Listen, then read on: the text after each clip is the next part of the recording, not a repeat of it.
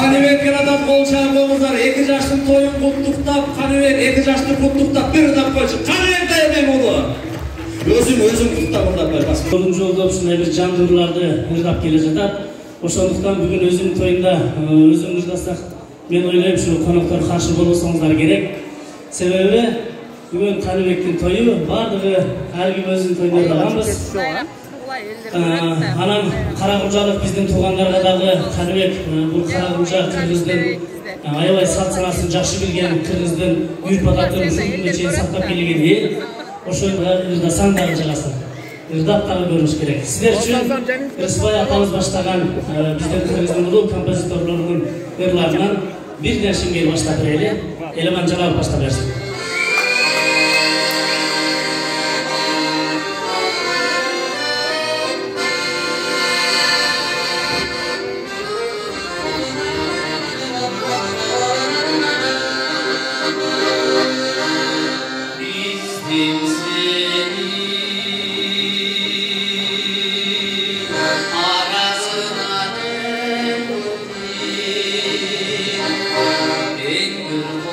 Oh